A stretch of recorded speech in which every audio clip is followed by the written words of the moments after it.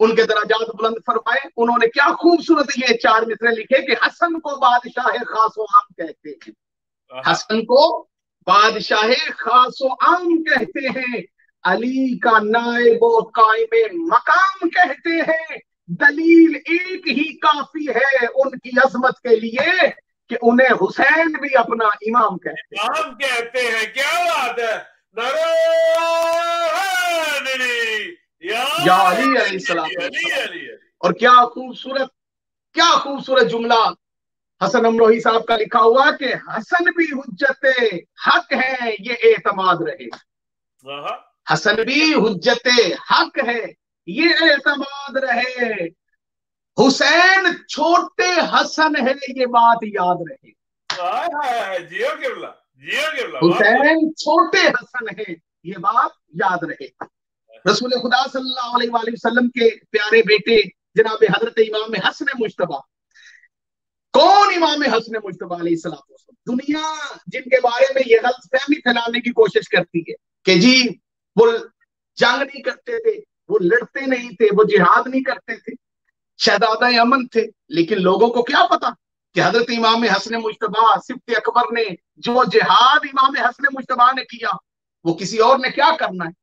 امام حسن مجتبیٰ کا ایک جہاد میں سنانا چاہتا ہوں، اور وہ ایسا جہاد جس جہاد کو سن کے دشمنان اہل بیت کی قبریں بھی کانپ جاتی ہیں. دشمنان اہل بیت کی نسلوں میں زلزلہ آ جاتا ہے. ایک ایسا جہاد امام حسن مجتبیٰ علیہ السلام کا ایک ایسا جہاد اور ایک ایسا کارنامہ میں آپ کے سامنے بیان کرنے لگا ہوں جو مولا کی فضیلتوں کو بھی عیاں کرتا ہے، جو مولا کے معجزات کو بھی عیاں کرتا ہے، اور بالخصوص مقصرین کے منہ پہ تماچا ہے کہ جو مولا کے اختیارات کو بھی عیاں کرتا ہے. کیا بات. کیونکہ ناسبی جو ہیں وہ آل محمد کے منکر ہیں. جو ناسبی ہیں وہ تو منکر ہیں آل محمد، اور جو مقصر ہیں وہ آل محمد کے اختیارات کے منکر ہیں. ان کا شمار بھی منکروں میں ہوتا ہے، اور وہ آل محمد کے اختیارات کے منکر ہیں. اور مولا نے کیسے اپنے اختیارات کا استعمال کیا کہ جب فقیر، بلکہ فقیر معافی چاہتا ہوں لفظ فقیر تو اس کے لیے مناسب ہی نہیں ہے، جب فرعون شام نے امام حسن مجتبیٰ علیہ السلام کو اپنے دربار میں بلایا، اس نے خط لکھ کے اس نے امام حسن مجتبیٰ علیہ السلام کو اپنے دربار میں بلایا، اور اس نے کہا کہ آپ تشریف لائیں، میں امت کی اصلاح کے لیے، امت کی خیر خواہی کے لیے اپنے دربار میں آپ کو بلانا چاہتا ہوں. اور مولا اس کے دربار میں جب چلے گئے تو اس بڑے یزید نے، فرعون شام نے، ملعون معاویہ نے کیا حرکت کی.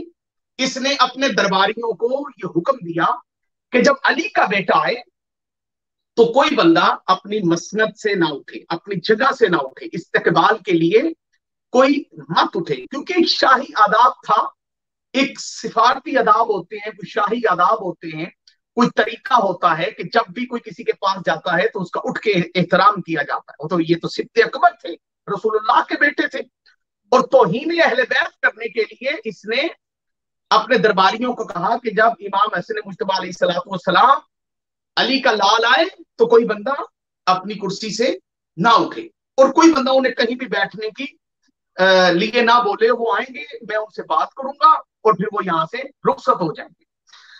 تو اس نے نعوذ باللہ نقل کفر نہ باشد ایک سازش کے تحت، سامعین و ناظرین، اس نے مولا امام حسن مجتبیٰ علیہ السلام کو اپنے دربار میں بلایا، اور سازش تیار کر لی گئی. اس نے اپنے دربار کے اندر بڑے قیمتی اور وزنی پردے لٹکائے، اور پردے لٹکانے کے بعد اس نے دربانوں کو حکم دیا کہ جب بھی امام حسن آئے تو تم نے ان پردوں کو نہیں ہٹانا، کیونکہ یہ بھی ایک استقبال کی ایک صورت ہے کہ پردہ ہٹا کے رستہ دینا. تم نے پردہ نہیں ہٹانا. علی کا بیٹا خود ہی پردہ ہٹاتا ہوا اندر آ جائے گا. مولا کے آنے کی خبر پورے شام میں پھیل گئی کہ علی کا لال شام میں تشریف لا رہی. جب امام حسن مجتبیٰ تشریف لائے تو اس نے حسب عادت، یہ لفظ قابل توجہ ہے اگر آپ کی توجہ ہے تو، حسب عادت، کیونکہ یہ کوئی پہلی مرتبہ ایسا نہیں ہو رہا تھا یہ تاریخ کے اندر لاتعداد مرتبہ ایسا ہوا. اور ایسا ایک مرتبہ پہلے جناب رسول خدا صلی اللہ تعالی علیہ وآلہ وسلم کے ساتھ ہو چکا. میں اپنے سامعین کو بتانا چاہتا ہوں کہ جب دار الندوہ کے اندر ایام تبلیغ اسلام جب ابتدا تھی تو مکے کے کافروں نے حضرت ابو طالب علیہ السلام کو یہ کہا کہ تم اپنے بیٹے محمد کو لے کے دار الندوہ کے اندر آؤ, ہم وہاں بیٹھ کے تمہارے بیٹے محمد سے بات کرنا چاہتے ہیں, ان کو کچھ آفر کرنا چاہتے ہیں تاکہ وہ ہمارے خداؤں کی توہین کرنا بند کر دیں, ہمارے خداؤں کو برا بھلا کہنا چھوڑ دیں. ہم اس کے خدا کو نہیں مانتے, وہ ہمارے خدا کو نہیں مانتا, تو لیکن یہ ہے کہ وہ اپنے خدا کی تبلیغ بند کر دیں اور ہمارے خداؤں پر ایمان لے آئے. نعوذ باللہ, نقل کفر نہ بچے. تو حضرت ابو طالب علیہ السلام جب رسول خدا کو لے کے دار الندوہ کے اندر گئے, اس وقت ابو سفیان نے ابو جہل کے ساتھ عتبہ اور شیبہ کے ساتھ مل کر یہ پلاننگ کی تھی کہ جب ابو طالب آئے کس کو لے کے, رسول خدا کو لے کے, تو کوئی بندہ اپنی کرسی سے نہ اٹھے, اپنی مسند سے نہ اٹھے, اور جب کوئی نہیں اٹھے گا تو ابو طالب آئیں گے تو ان کا احترام بھی نہیں ہوگا, ان کی دل شکنی ہوگی, تو وہ پریشانی میں اضافہ ہوگا, تو ہم ان سے بات کریں گے پھر وہ واپس چلے جائیں گے. وہی پلاننگ جو ابو سفیان نے وہاں کی تھی, وہی پلاننگ اس کے بیٹے معاویہ نے شام میں کی. لعنت بیشور. لیکن یہاں پہ میں اپنے سننے والوں کو یہ بتانا چاہتا ہوں کہ جو پلاننگ ابو سفیان نے مکہ میں کی تھی اس کا رزلٹ کیا نکلا, اور جو پلاننگ معاویہ نے شام کے اندر کی تھی اس کا رزلٹ کیا نکلا. دونوں کا رزلٹ سن کے مومنٹ ٹھرے گا, منافق جلے گا. جب ابو طالب علیہ السلام رسول خدا کو لے کر جیسے ہی دار الندوہ کے اندر داخل ہوئے تو جس نے کہا تھا کہ کوئی نہ اٹھے, ابو سفیان, ابو جہل, عتبہ, شیبہ, ابو لہب, سب سے پہلے ابو سفیان اٹھا. ابو سفیان اٹھا تو ابو جہل بھی اٹھا, ابو جہل اٹھا تو عتبہ بھی اٹھا, عتبہ اٹھا تو شیبہ بھی اٹھا, شیبہ اٹھا تو خالد بن ولید بھی اٹھا, خالد بن ولید اٹھا تو ولید بھی اٹھا, ولید اٹھا تو ساتھ ابو لہب بھی اٹھا. یعنی جتنے بے شمار تھے وہ اٹھ کے کھڑے ہو گئے ابو طالب علیہ السلام اور رسول خدا کے لیے. رسول خدا تشریف لائے, ابو طالب تشریف لائے, تو انہوں نے کہا کہ محمد تو ہمارے خداؤں کو برا کہتا ہے, ہمارے خداؤں کو برا کہنا چھوڑ دے, ہمارے خداؤں پر تو ایمان لے آ, اس کے بدلے میں ہم تیرے آگے 3 آپشن رکھتے ہیں. پہلی آپشن, اگر تو سردار عرب بننا چاہتا ہے تو ہم تجھے پورے عرب کا سردار بنا دیتے ہیں. اگر تو دولت چاہتا ہے تو ہم تجھے بہت ساری دولت دیتے ہیں, سونا چاندی دیتے ہیں. اگر تو رشتہ چاہتا ہے تو تجھے ہم عرب کی کسی خوبصورت اپنی بیٹی کا رشتہ دے دیتے ہیں. یعنی یہ 3 آفریں 3 بے شماروں نے رسول خدا کے سامنے رکھی. پہلی آفر سرداری کی. ان ملعونوں کو یہی نہیں پتا جو کائنات کا سردار ہو اسے عرب کی سرداری کی ضرورت نہیں. اور دوسری آفر انہوں نے کیا رکھی کہ سونا چاندی ہیرے جواہرات ہم تیری خدمت میں پیش کر دیتے ہیں. ان ملعونوں کو یہی نہیں پتا کہ جن کے بچے ہاتھ دھوئیں اور ان کے ہاتھوں سے مس ہونے والا پانی ہیرے جواہرات بن جائیں, اس محمد کو ہیرے جواہرات کی ضرورت ہی نہیں ہے. کیا بات ہے.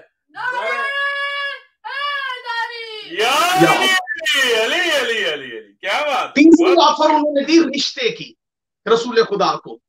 یعنی مشن اسلام کو روکنے کے لیے آفر کروائی جا رہی ہے کہ ہم تجھے اپنی بیٹی کا رشتہ دیتے ہیں. یعنی کہ یہ سازش کا حصہ ہے کہ کسی طریقے سے اسلام کو روکنا ہے تو بیٹی کے رشتہ جو ہے اس کو بھی استعمال کیا جا سکتا ہے. یہ سامعین خود سوچ لیں کہ اس کا کیا مطلب بنتا ہے. تو انہوں نے کیوں بیٹی کے رشتے کی دعوت دی, کیوں بیٹی کے رشتے کی آفر کی, صرف اسلام کی تبلیغ روکنے کے لیے. رسول خدا صلی اللہ تعالی علیہ وآلہ وسلم کا جواب سنیے. فرمایا ایک ہاتھ پہ چاند اور دوسرے ہاتھ پہ سورج بھی رکھ دو تو میں محمد پھر بھی اللہ کی توحید کی دعوت دینے سے نہیں رک سکتا. کیا بات, کیا بات. بے شک. لیکن میں اپنے سامعین کے اذہان کو منتشر نہیں کرنا چاہتا. واپس لے کے آتا ہوں اسی مقام پر کہ سفیان نے کہا تھا کہ جب محمد مصطفیٰ ابو طالب کے ساتھ آئیں تو کوئی نہ اٹھے. یہی بات سفیان کے بیٹے معاویہ نے کہی تھی کہ جب علی کا لال حسن آئے تو کوئی نہ اٹھے، لیکن جب رسول خدا آئے تو سفیان بھی اٹھا، ابو جہل بھی اٹھا، ابو لہب بھی اٹھا، عتبہ بھی اٹھا، شیبہ بھی اٹھا، ولید بھی اٹھا، خالد بھی اٹھا، سب بے شمار اٹھے۔ وہ کیوں اٹھے؟ سنیے گا توجہ کے ساتھ، وہ کیوں اٹھے؟ ابو سفیان نے ابو جہل سے پوچھا رسول خدا کے دارالندوہ سے جانے کے بعد، کہا میں نے تو تجھے کہا تھا کہ محمد مصطفیٰ جب یہ محمد بن عبداللہ آئے تو کوئی نہ اٹھے، تو تو اٹھا کیوں؟ تو اس نے کہا تو بتا تو کیوں اٹھا؟ تو اس نے کہا تو بتا تو کیوں اٹھا؟ یہ جب آپس میں تو ترا شروع ہوئی تو اس وقت ابو سفیان نے مجبوراً کہا میرا اٹھنا مجبوری تھی۔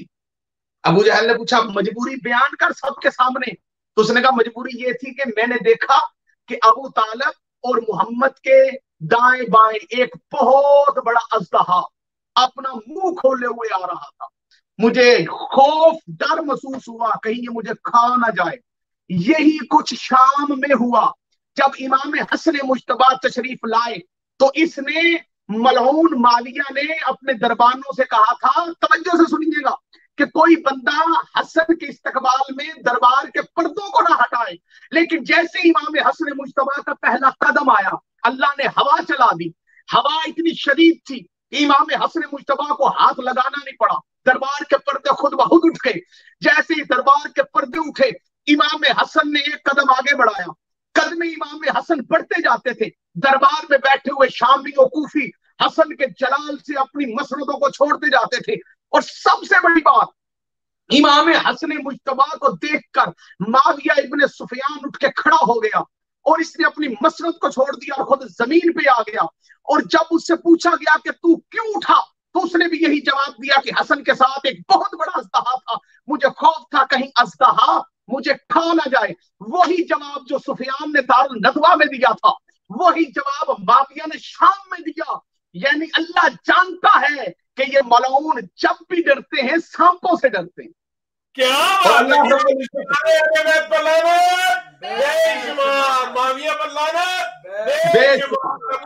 اللہ سفیان کو بھی اژدہا سے ڈرایا اور ابن سفیان کو بھی اژدہا سے ڈرایا۔ جیسے ہی معاویہ ڈر کے اٹھا، اور مجھے کہنے دیجئے کیونکہ میرا عقیدہ مجھے یہ کہنے پہ مجبور کرتا ہے، کیونکہ آیت تطہیر کا مصداق یطہرکم تطہیرا والی ہستی جو خود بھی طاہر ہیں اور مطہر ہیں، وہ نجس جگہ پہ تو امام حسن بیٹھ نہیں سکتے تھے۔ تو میرا عقیدہ، میرا عشق، میرا وجدان مجھے یہ کہنے پہ مجبور کرتا ہے کہ اس وقت جبریل نے کوثر سے پانی لا کے پہلے اس جگہ کو دھویا ہوگا جہاں علی کا لال بیٹھا ہوگا۔ کیا بات ہے، کیا بات ہے، نعرہ علی علی علی، کیا بات۔ میرا عشق، میرا وجدان یہ کہتا ہے کہ پہلے اس جگہ کو کوثر کے پانی سے دھویا ہوگا جہاں امام حسن مجتبی نے اپنا قدم رکھا ہوگا۔ امام حسن مجتبی دربار میں جب جلوہ گر ہوئے تو جب دربار میں ایک ہیبت طاری ہو گئی۔ یہ کتاب کے الفاظ ہیں کہ جب ہیبت طاری ہو گئی تو معاویہ نے اپنی آنکھ کے اشارے سے اپنے بلائے ہوئے خطیبوں کو اشارہ کیا اور کہا کہ کیونکہ سکھائے ہوئے تھے، بتائے ہوئے تھے، پڑھائے ہوئے تھے، بتایا ہوا تھا کہ کیا سازش کرنی ہے، تو انہوں نے امام حسن مجتبی کی موجودگی میں، یہ اگلا جو جشن کا حصہ ہو سکتا ہے یہ لوگوں نے کم سنا ہو، لیکن میں پوری طالب علمانہ ذمہ داری سے پڑھ رہا ہوں کہ امام حسن مجتبی کی موجودگی میں معاویہ ابن سفیان کے خطیبوں نے معاویہ کے اشاروں سے کھڑے ہو کے تقریریں کرنا شروع کر دی، سنیے گا، اور وہ کھڑے ہو کے معاویہ کے خاندان کو فخری انداز میں پیش کرنا شروع ہوئی۔ ان میں سے کچھ خطیبوں نے اپنے اوپر فخر کرنا شروع کر دیا، جن میں سے مروان بھی شامل ہے، جن میں سے اور دیگر بھی ہیں، انہوں نے اپنے اوپر بھی فخر کرنا شروع کر دیا۔ آخر کار معاویہ کے خطیب جب فخری انداز میں اپنے اوپر فخر کرنا شروع ہوئے تو امام حسن مجتبی علیہ السلام کے چہرے پہ جلال آیا۔ مولا کے خطبے کے الفاظ، مولا فرماتے ہیں او فخر کرنے والوں، میں حسن ابن علی ہوں، مجھے جانو اور مجھے پہچانو، اس دربار میں سالوں کھڑا رہوں اور اپنے خاندان کے فضائل پڑھتا رہوں تو یاد رکھنا میرے خاندان کے فضائل ختم نہیں ہو سکتے۔ کیا بات ہے، نعرہ حیدری، کیا بات، بہت خوب. مولا نے یہ نہیں کہا کہ میں اگر 1 سال یہاں کھڑا رہوں، فرمایا سالوں کھڑا رہوں اور اپنے خاندان کے فضائل پڑھتا رہوں تو میرے خاندان کے فضائل ختم نہیں ہو سکتے. تو معاویہ کے سمجھائے ہوئے خطیب توہین امیر المومنین کرنا شروع ہو گئے. انہوں نے کہا اس کا باپ چٹائی پہ بیٹھتا تھا، اس کے باپ کے پاس دولت نہیں تھی، اس کا باپ جو کی روٹی پانی میں بھگو کے کھاتا تھا، اس کا باپ فقیر تھا، اس کے باپ کے پاس دولت نہیں تھی، وہ امیر نہیں تھے، اس سے حکومت نہیں چل سکی. انہوں نے کہا توہین امیر المومنین کرنا شروع کی. کہاں ہے وہ کتابوں کے نالائق مصنف جو اپنی کتابوں میں لکھتے ہیں کہ امام حسن خاموش امام تھے؟ میں آج ان کی زبانوں کو چپ کروانے لگا ہوں. حسن جیسا جہاد کس نے کرنا ہے؟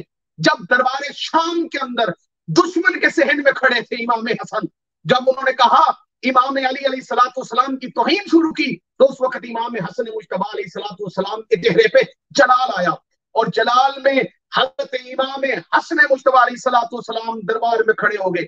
فرمایا سن معاویہ ابن سفیان، تیرے دربار کے خطیب، تیرے خطیب اور تیرے دربار کے یہ خطیب تیرے سامنے میرے سامنے کھڑے ہو کے میرے باپ علی المرتضیٰ کی توہین کر رہے ہیں، اور یہ توہین تو کروا رہا ہے، اور اس توہین کا سبب تو ہے، اور یہ بڑے فخری انداز میں تیرے خاندان کے قصیدے پڑھ رہے ہیں، تیرے خاندان کا تذکرہ کر رہے ہیں.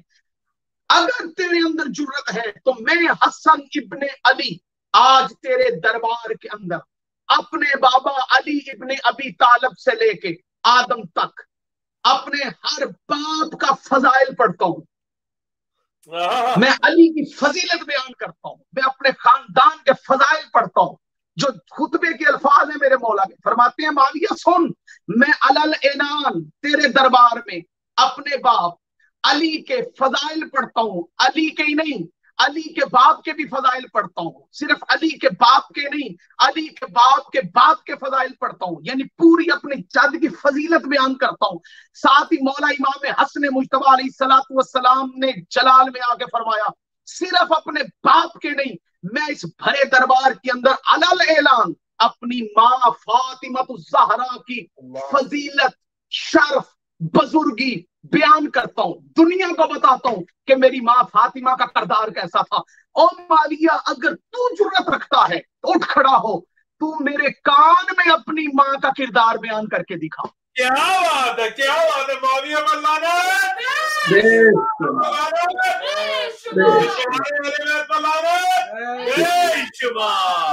میں اپنے باپ اور اپنی ماں کا کردار سرعام پڑھتا ہوں، تو اپنے باپ اور اپنی ماں کا کردار میرے کان میں پڑھ کے دکھا.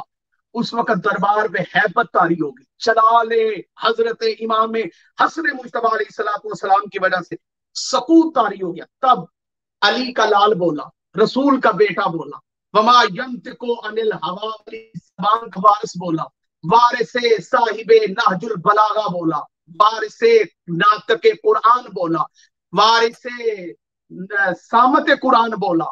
یعنی امام حسن مجتبی علیہ الصلوۃ والسلام نے خطبہ ارشاد فرمایا سن، میں اس خاندان کا فرد ہوں جس خاندان کا ہر فرد مجید ہے.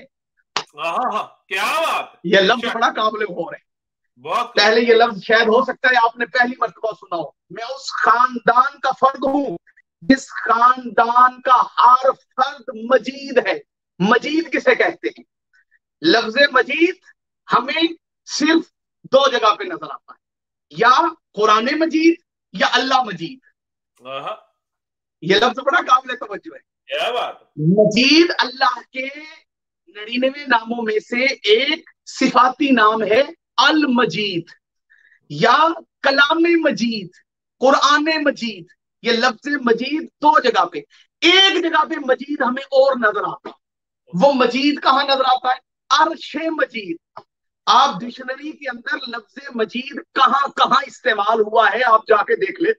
یا اللہ کے 99 ناموں میں سے ایک نام مجید ہے، یا قرآن کا نام مجید ہے، یا عرش کا نام مجید ہے. مجید کسے کہتے ہیں؟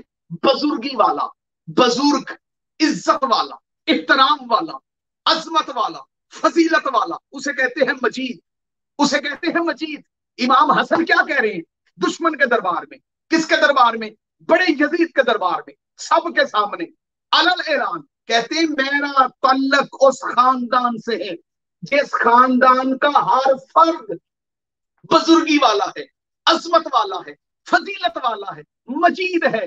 کیا مطلب؟ امام حسن نے دربار میں کھڑے ہو کے صرف اپنی فضیلت بیان نہیں کی، دنیا کو یہ بھی بتایا کہ میں اس ابو طالب کا لال ہوں جو مجید ہے۔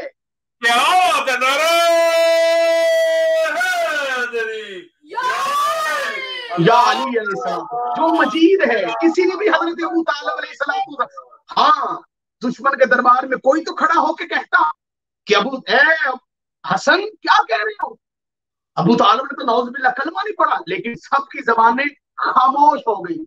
سننے والے، دیکھنے والے، ناظرین و سامعین، تحفہ جشن امام حسن مجتبی میں آپ کی خدمت میں پیش کرنے لگا ہوں۔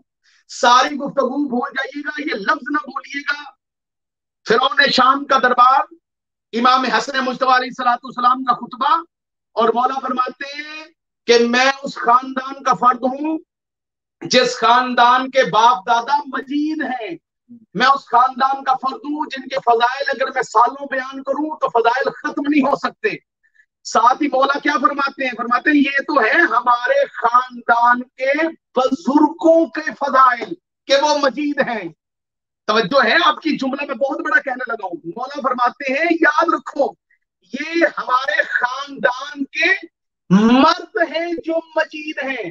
فرمایا اہل شام سن لو، ہمارے خاندان کی مستورات، جس جس بی بی کی گود میں حسن پلا ہوں، اس بی بی کی چادر قرآن کا غلاف بن سکتی ہے۔ کیا بات ہے، نعرہ حیدری، یا علی، اللہم صلی صلی اللہ اللہ علیہ محمد۔ جیو کے بلا فرمایا ہمارے خاندان کے مرد تو مجید ہیں اور ہمارے خاندان کی مستورات اس فضیلت پر ہیں کہ ان کی چادریں قرآن کا غلاف بن سکتی ہیں۔ پھر مولا فرماتے ہیں ہم جنت کی زینت ہیں۔ سبحان اللہ۔ یہ دربار شام کے اندر کھڑے ہو کے امام حسن مجتبی علیہ السلام اب فضائل بیان فرمایا ہم جنت کی زینت ہیں، ہم رحمان کی حجت ہیں، اللہ اکبر کبیرہ۔ اور اگلا جملہ جو مقصر کی موت کا سبب بنے گا، یہ جملہ پڑھنے سے پہلے میں اپنے سننے اور دیکھنے والے ناظرین و سامعین کو بتانا چاہتا ہوں کہ اگر کوئی مقصر میری بات سن رہا ہے تو اس مقصر کو جلانے کے لیے یہ لفظ کافی ہے۔ مقصر، یہ کلام امام حسن کا یہ جملہ تجھے آگ لگانے کے لیے کافی ہے۔ مولا امام حسن مجتبی علیہ السلام فرماتی اگر میں چاہوں تو شام کو عراق بنا دوں، عراق کو شام بنا دوں، اگر میں چاہوں تو مرد کو عورت بنا دوں، عورت کو مرد بنا دوں۔ کیا یا علی، علی علی علی علی، یہ اختیارات امام حسن مجتبی علیہ السلام ہے کہ اگر میں چاہوں تو فرمایا عراق شام کو عراق بنا دوں، عراق کو شام بنا دوں، اور فرمایا اگر میں علی کا بیٹا چاہوں تو اس وقت مرد کو عورت اور عورت کو مرد بنا دوں۔ بات یہاں ختم نہیں ہوئی، لیجئے جشن امام حسن مجتبی علیہ السلام کا یہ خوبصورت گلدستہ میں آپ کی خدمت میں پیش کرنے لگا ہوں۔ خدا آپ کی توفیقات خیر میں اضافہ فرمائے۔ بات یہاں ختم نہیں ہوئی، اہل شام نے دیکھا یہ منظر، اہل شام دربار کے اندر ہر آنکھ نے دیکھا۔ منظر کیا تھا کہ ایک بد نصیب شامی، اس کی اندر کی خباثت باہر آ گئی۔ جیسے اس کے اندر کی خباثت باہر آئی تو اس نے معاویہ ابن سفیان کے اشارے پہ کھڑے ہو کے امام حسن مجتبی علیہ السلام کے سامنے اعتراض کر دیا۔ اس نے اعتراض کر کے کہا ہے علی کے بیٹے کس کی قدرت ہے جو مرد کو عورت بنائے، عورت کو مرد بنائے؟ بس اس کا اتنا کہنا تھا کہ دربار شام کے اندر یہ منظر کائنات نے دیکھا کہ اس نے امام حسن مجتبی علیہ السلام کے اعتراضات کے اختیارات پر اعتراض کیا۔ 14ویں صدی کا مقصر تو بڑا خوش قسمت ہے کہ تو اپنے گھر میں بیٹھ کے یا امام بارگاہ میں بیٹھ کے یا لوگوں میں بیٹھ کے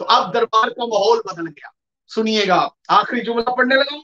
جشن امام حسن مجتبیٰ کا یہ تحفہ آپ کی خدمت میں تحفتاً عقیدتاً نذرانتاً پیش کر رہا ہوں, اس دعا کے ساتھ کہ مولا آپ تمام کو امام حسن مجتبیٰ علیہ السلام کے کرم سے فیض یاب فرمائے. مجھ پہ تو مولا امام حسن مجتبیٰ کا بہت کرم ہے, اور بالخصوص عراق کے اندر جناب حضرت شریفہ بنت امام حسن, مولا امام حسن کی ایک صاحبزادی ہیں, ان کا دربار ذیشان ہے, حرم اقدس ہے عراق کے اندر, کربلا محلہ سے کوئی گھنٹہ 1.5 گھنٹہ کی ڈرائیو ہے وہاں پر. تو مجھے اس پاک بی بی کے در سے بہت کچھ ملا ہے, میری بہت بڑی پریشانیاں اس بی بی نے دور کی ہیں. وہ بی بی شریفہ بنت امام حسن آج بھی معجز نما وہ بی بی کا در ہے کہ جہاں سے جو مانگا جائے, ان کی منت مانگی جائے, وہ بی بی عطا کرتی ہے. تو یہ جملہ اس بی بی کے صدقے سے میں آپ کی خدمت میں پیش کرنے لگا ہوں. امام حسن مجتبیٰ علیہ السلام کا یہ خوبصورت جملہ کہ دربار شام کے اندر جب بڑے یزید نے یہ ماحول دیکھا تو اس نے کہا چھوڑیے چھوڑیے علی کے لال چھوڑیے, میں آپ کی خدمت میں کوئی نذرانہ پیش کرنا چاہتا ہوں. تو اس نے حکم دیا اپنے درباریوں کو کہ لاؤ سونے اور چاندی کے تخت لے کے آؤ, جلدی کرو. اور جیسے ہی اس کے دربار کے اندر کتار در کتار شامی سونے اور چاندی کے ساتھ لدے ہوئے تشت لے کے, کیونکہ دولت تو اس کے پاس بہت تھی, وہ لے کے اس کے دربار میں آئے اور اس لال آ کے امام حسن کے سامنے رکھنا شروع کر دیا. تو معاویہ نے دیکھا کہ علی کا لال تو اس دولت اور چاندی اور سونے کو تو دیکھ ہی نہیں رہا. تو اس نے بڑے فاخرانہ انداز سے اور تکبرانہ اور غرورانہ انداز سے, آخری جملہ سنیے گا, اس نے امام حسن کے سامنے, بڑے یزید نے, معاویہ ابن سفیان نے امام حسن کے سامنے کہا کہ یہ جتنی دولت ہے, یہ جتنا سونا ہے, یہ جتنی چاندی ہے, یہ سب میں آپ کو دیتا ہوں کیونکہ میں ہندا کا بیٹا ہوں. جب اس نے ہندا کا بیٹا ہونے پہ فخر کیا اور کہا یہ سونا چاندی ہیرے جوہرات میں سب آپ کو دیتا ہوں کیونکہ میں ہندا کا بیٹا ہوں, اتنا کہنا تھا کہ امام حسن مجتبیٰ علیہ السلام نے اپنی مسند چھوڑی. سامعین عزیز وقار, جیسے امام حسن مجتبیٰ علیہ السلام نے اپنی مسند چھوڑی اور اٹھے اور مولا کی نالین مولا کے قدم مبارک سے جدا تھی, تو قریب کھڑے ہوئے ایک محب اہل بیت نے آگے بڑھ کے نالے نے امام حسن مجتبیٰ کو حسن مجتبیٰ علیہ السلام کے قدم مبارک کے ساتھ ٹھیک کیا. اور جیسے ہی اس نے امام حسن کی نالین کو امام حسن کے قدم کے ساتھ بس کیا, تو امام حسن مجتبیٰ نے اس کی طرف دیکھا اور دیکھ کے فرمایا یہ ساری دولت جتنی پڑی ہے یہ میں تمہیں دیتا ہوں. اتنا کہنا تھا تو معاویہ اپنی نشست سے اٹھا اور پریشان ہو کے, حیران ہو کے, رونے والی شکل بنا کے کہنے لگا, اے علی کے بیٹے حسن, اتنی ساری دولت ایک جوتی سیدھی کرنے والے کو دے رہی ہے. تو امام حسن نے فرمایا تو ہندا کا بیٹا ہے تو مجھے پہچان, میں فاطمہ الزہرا کا بیٹا ہوں.